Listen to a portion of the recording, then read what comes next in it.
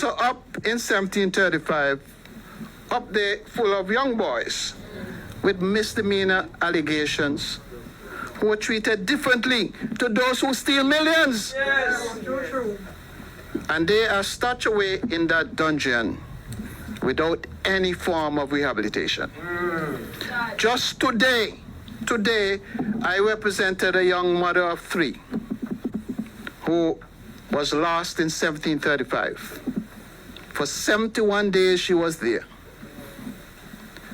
And she's accused of disorderly conduct that carries a maximum penalty of 21 days. Wow.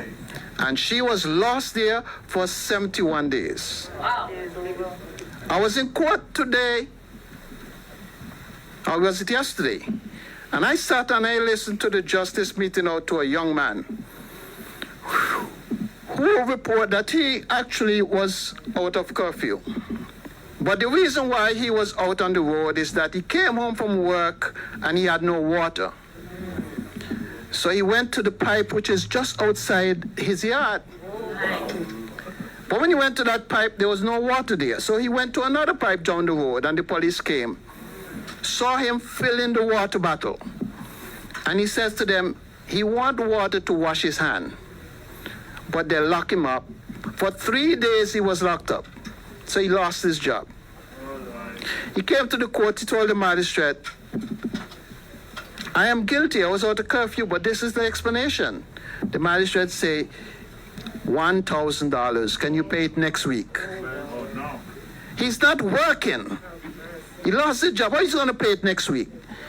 But then I went up to the officer in charge of the curfew and I asked him about what is the real reason that you're locking up these poor people, facing jail, asked to pay money that they cannot afford just for a curfew violation, especially with a good explanation. He says to me that it's not only the police, it's also the courts.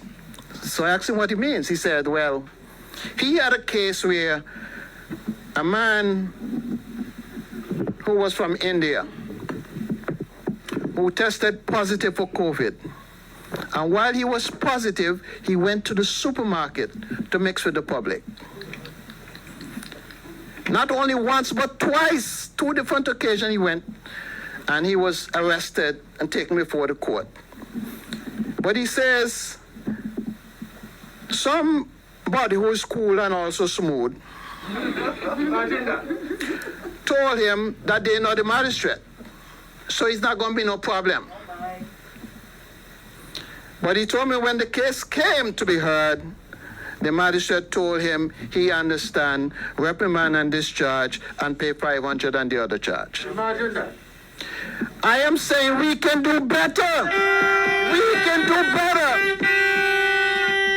The COVID regulations about health and safety, they're not criminal acts. No. It is not to be criminalized, it's health and safety. That's right. And we must do better.